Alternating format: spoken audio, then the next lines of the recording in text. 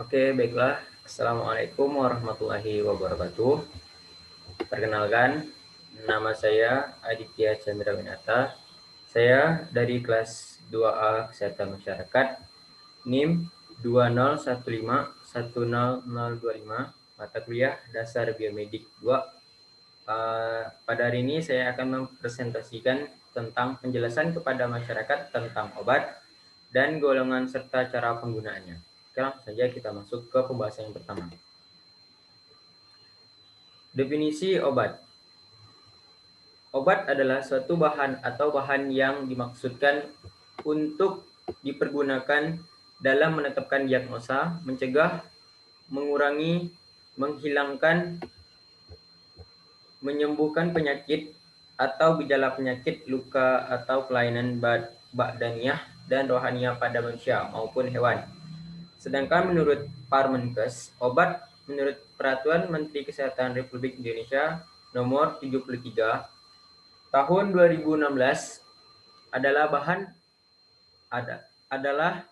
atau paduan bahan termasuk produk biologi yang digunakan untuk mempengaruhi atau menyelidiki sistem fisiologi atau keadaan patologi dalam rangka penetapan diagnosis, pencegahan, penyembuhan, pemulihan, peningkatan kesehatan. Sedangkan menurut WHO, pengertian obat menurut WHO pada dasarnya pengertian obat yang sebenarnya menurut WHO adalah substansi atau produk yang digunakan atau dengan sengaja digunakan untuk memodifikasi atau mengeksplorasi sistem fisiologis atau kondisi patologis yang bermanfaat bagi penerima obat tersebut. Selanjutnya, penggolongan obat di Indonesia. Sebagai upaya meningkatkan keamanan dan ketetapan penggunaan obat serta pengamanan pendistribusiannya, obat yang beredar di Indonesia digolongkan menjadi 6 golongan. Yang pertama, obat bebas. Yang kedua, obat bebas terbatas. Yang ketiga, obat wajib apotik. Yang keempat, obat wajib keras. Yang kelima, psikotropika. Yang keenam, narkotika. Oke, selanjutnya kita akan membahas tentang apa itu obat bebas. Obat bebas, golongan obat yang di dalam penggunaannya tidak membahayakan dan masyarakat dapat menggunakannya tanpa pengawasan dokter. Dan tanda khusus pada obat ini adalah ini, lingkaran berwarna hijau dan ada hitamnya. Contoh obatnya seperti Sanmol. Selanjutnya, obat bebas terbatas. Obat bebas terbatas terdapat golongan obat ini dalam jumlah terbatas penggunaannya, cukup aman, tetapi terlalu banyak akan menimbulkan efek samping yang kurang baik. Penggunaannya tidak perlu pengawasan dokter dan tanda khusus pada obat ini adalah lingkaran berwarna biru dan juga dilengkapi dengan peringatan P1 sampai P6.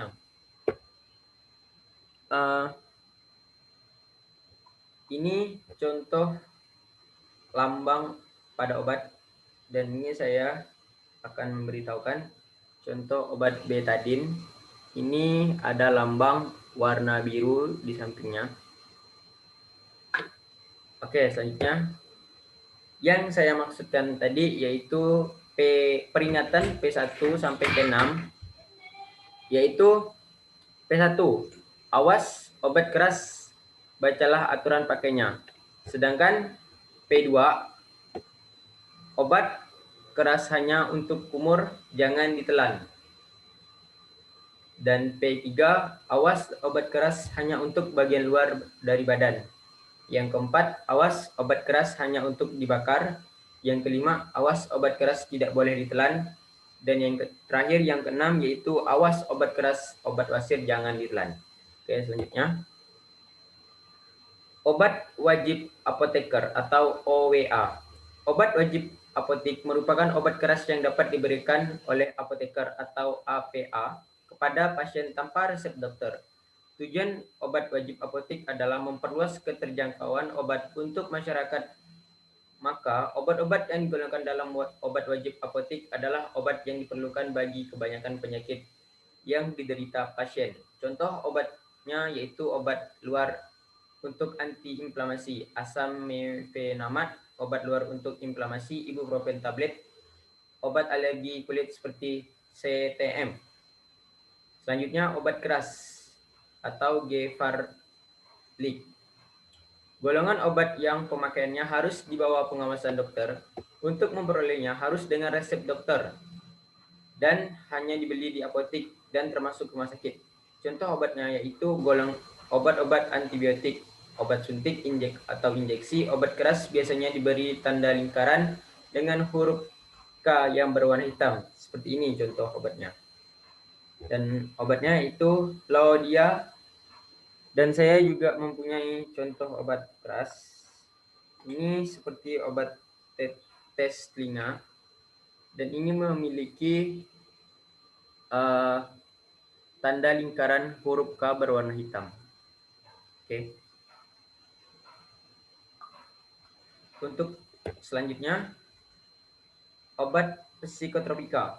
Obat ini merupakan golongan obat yang berbahaya yang pemakaiannya harus di bawah pengawasan dokter dan untuk mendapatkannya harus dengan resep dokter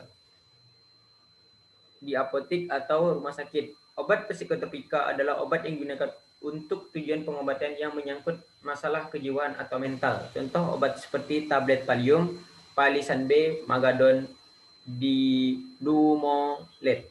Dan ini obat psikotropika Magadon. Selanjutnya yang keenam yaitu obat narkotika. Narkotika merupakan obat atau bahan yang bermanfaat di bidang pengobatan dan ilmu pengetahuan. Namun di sisi lain dapat menimbulkan ketergantungan. Penyalahgunaan obat golongan obat ini dapat berakibat buruk pada tubuh pemakaiannya. Untuk mendapatkan obat ini harus dengan resep dokter dan tidak boleh dilakukan pengulangan, harus menggunakan resep yang baru. Obat ini hanya dapat diperoleh di apotek atau rumah sakit. Contoh obatnya yaitu morfin, kodein.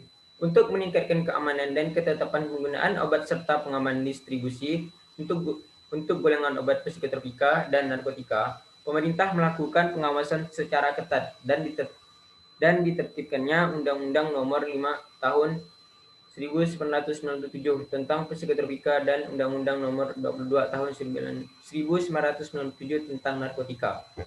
Dan lambang pada obat ini yaitu seperti tanda tambah yang ada lingkaran warna merah.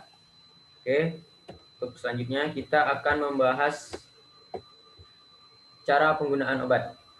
Ada 3 hal yang perlu diperhatikan dalam penggunaan obat atau mengonsumsinya.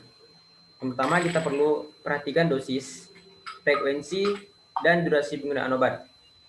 Contohnya seperti obat tetes telinga ini. Di sini ada dosisnya, komposisi chloramphenicol 1%, sedangkan aturan frekuensinya, aturan pakainya 3 sampai 4 kali sehari, diteteskan pada telinga yang sakit. Terus untuk durasi penggunaannya, gunakan larutan dalam waktu 30 hari setelah dibuka. Keterangan lengkap lihat pada brosur. Oke, itu kita cara menggunakan obat dan tidak boleh sembarangan. Mengapa? Takutnya nanti ada kesalahan pada badan kita. Untuk cara selanjutnya, cara penggunaan obat berdasarkan bentuk obatnya. Hal-hal yang harus diperhatikan saat menggunakan antibiotik. Yang pertama, antibiotik hanya untuk infeksi bakteri. Yang kedua, apabila sakit infeksi akibat virus, jangan meminta ke dokter untuk meresepkan antibiotik. Yang ketiga, antibiotik hanya dengan resep dokter dan digunakan sesuai petunjuk dokter dan apoteker. Yang keempat atau yang terakhir, jangan memberi antibiotik sisa atau diresepkan untuk diri sendiri. Sekian presentasi saya pada hari ini. Semoga dapat bermanfaat bagi kita semua. Kurang lebihnya saya mohon maaf. Wabillahi taufiq wal hidayah. Wassalamualaikum warahmatullahi wabarakatuh.